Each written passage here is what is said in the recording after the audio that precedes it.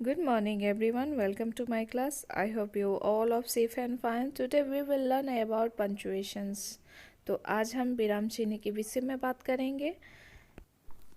शब्दों और वाक्यों का आपस में संबंध बताने के लिए जिन संकेतों यानी कि चिन्हों का प्रयोग किया जाता है उन्हें हम विराम चिन्ह कहते हैं।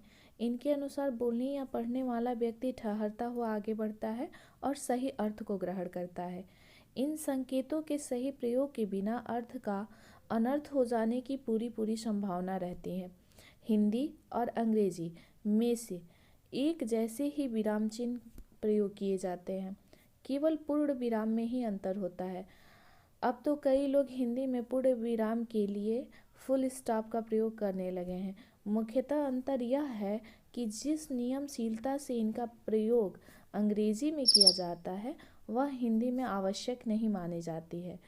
मुख्य विराम चिन्ह कुछ इस प्रकार से हैं। अल्प विराम जिन्हें हम अंग्रेजी में द कामा कहते हैं, अर्ध विराम जिन्हें हम सेमीकोलन अंग्रेजी में कहते हैं, पूर्ण विराम इसको हम अंग्रेजी में फुल स्टॉप कहते हैं, प्रश्न चिन्ह को हम मार्क ऑफ इंट्रोगेशन कहते हैं तथा आश्चर्य संबोधन चिन्ह को हम मार्क ऑफ एक्सक्लेमेशन कहते हैं।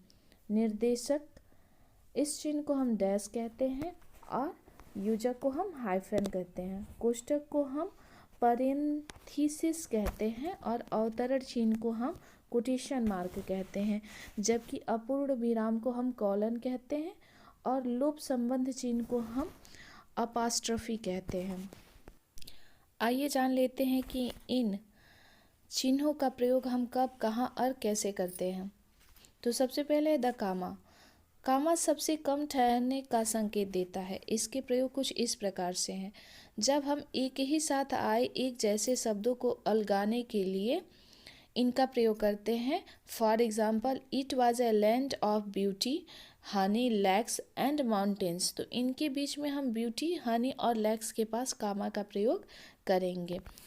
नंबर 2 है कि एंड द्वारा जुड़े शब्द युग्मों के को अलगाने के लिए भी हम इनका प्रयोग करते हैं, जैसे the rich and the poor. तो हमने रिच और पुअर को अलग किया, एंड बीच में एंड आता है। The humble and the law. इसी प्रकार से लुप्त क्रिया के स्थान पर भी हम कामा का प्रयोग करते हैं, जैसे Krishna was a king and Sudama a poor. तो कृष्ण जी एक राजा थे और सुदामा बहुत ही गरीब थे, निर्धन थे। अब संयुक्त वाक्य में आए सहवाक्यों को अलगाने के लिए भी हम कामा का प्रयोग करते हैं, जैसे द बर्ड का केम, चिड़िया आई एंड स्टार्टेड सिंगिंग, और गाना गा रही है।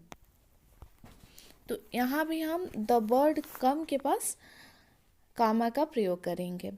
उद्धृत शब्दों को शेष वाक्य से अलग करने के लिए भी हम कामा का प्रयोग करते हैं, जैसे ही said the sun rise in the east. आप समझ रहे होंगे। कर्ता का बोध कराने वाले शब्दों को क्रिया से अलग करने के लिए भी हम कामा का प्रयोग करते हैं, जैसे all the people assembled there were from far and near. संयुक्त वाक्यों में उपवाक्यों को मुख्य वाक्य से अलग करने के लिए भी हम कामा का प्रयोग करते हैं, जैसे the boy who won the prize is my friend. उन शब्दों और वाक्यांशों के साथ जो वाक्य में अलग से डाल दिए जाते हैं, ऐसे वाक्यों के पास भी हम कामा का प्रयोग करते हैं, जैसे Ram however does not come. तो इसमें भी हमने कामा का प्रयोग किया है। दो संज्ञा शब्दों या वाक्यांशों को जो साथ साथ आए हों अलग करने के लिए भी हम कामा का प्रयोग करते हैं, जैसे Gandhi ji the father of the nation died for us. तो ये है सारे एग्जाम्पल्स जहाँ हम कामा का प्रयोग करते हैं। तो आइए अब बात कर लेते हैं सेमीकोलन। द सेमीकोलन अर्धविराम। अर्धविराम पर अल्प विराम से ज़्यादा और पूर्ण विराम से आधे समय ठहरते हैं। इनका निम्न स्थानों पर हम प्रयोग करते हैं। फॉर एग्जाम्पल, मिश्रित वाक्यों में सहायक वाक्यों को अलगाने के लिए यदि उनमें अल्प विराम का प्रयोग हुआ, जैसे Gandhi ji was a father figure, a brave man whom the whole nation loved। जब संयुक्त वाक्यों में आए उपवाक्यों में खास संबंध नहीं होता है तो वहाँ भी हम सेमीकोलन का यानी कि अर्धविराम का प्रयोग करते हैं, जैसे कि his wife was poor, his courage high. तो यहाँ भी हम सेमीकोलन यानी कि अर्धविराम का प्रयोग करेंगे। तो आगे बढ़ते हैं। द फुल स्टॉप, पूर्ण विराम। तो पूर्ण विराम का प्रयोग कहाँ करते हैं, आइए जान लेते हैं। पूर्ण विराम सबसे अधिक ठहराव को बताता है। इसका प्रयोग निम्न स्थितियों में होता है, जैसे कि कथानक और आदेशात्मक वाक्यों के अंत में she is girl from Russia, she is girl from Russia. तो यहाँ क्या करेंगे हम, पूर्ण विराम, यहाँ की बात जो भी थी वो खत्म हो चुकी है, तो इसलिए यहाँ पे हम पूर्ण विराम का फुल स्टॉप का प्रयोग करेंगे। शब्दों के संक्षिप्त रूप को दर्शाने के लिए भी हम फुल स्टॉप का प्रयोग करते हैं, जैसे MP, MLA, WHO, AM, PM, mister, RL Gupta. तो ऐसी जगहों पे भी हम फुल स्टॉप का प्रयोग करते हैं।